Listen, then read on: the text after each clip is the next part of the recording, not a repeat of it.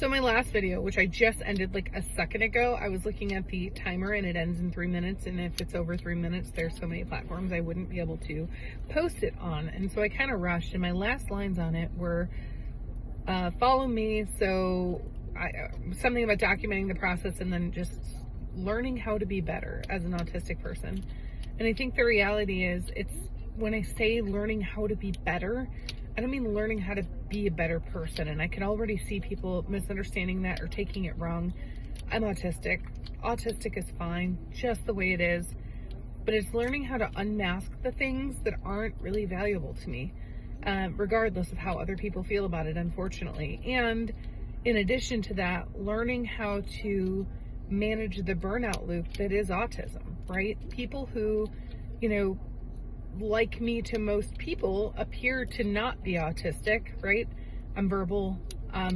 There's a lot of things about me that maybe don't appear as an autistic classification that a lot of people would have. In fact, even Asperger's, which is non-existent anymore, it's a part of a spectrum, but if Asperger's were still a separate classification, that is where I would fall.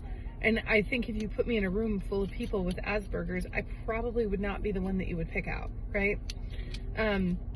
And that's cool. That's great, except for the part where a lot of that has to do with masking and showing up differently, showing up the way the world told me I had to be acceptable, and even still being a little weird and a little off and a little different than everybody else. But because of that, most importantly, not living life fully, right?